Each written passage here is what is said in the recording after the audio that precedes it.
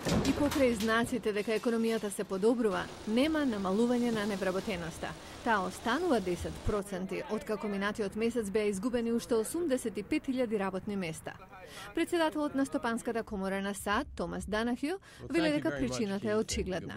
Неизвестноста предизвикува големите и малите бизнеси два пати да размислуваат пред да примат нови работници. Да сте во нивна кожа, дали би скокнале веднаш во нови инвестиции и вработувања, или ќе почекате да видите прво дали работите се стабилизирани?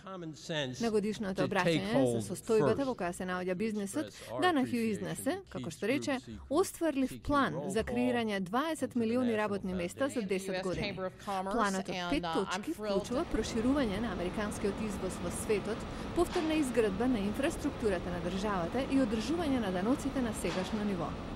Данахју вели дека нови даноци на тамошно би го забавиле економскиот растеж или полошо би донеле нов период на опаѓање. Конгресот, администрацијата и државите мора да признаат дека слабата економија не може да издржи нови даноци, регулатива и мандати што сега се разгледуваат.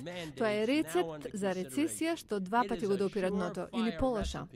Данахју беше особено критичен спрема предлогот на Белата куќа да се оданочуваат банкарските трансакции со цел да се приберат дел од парите употребени за спасување на банките.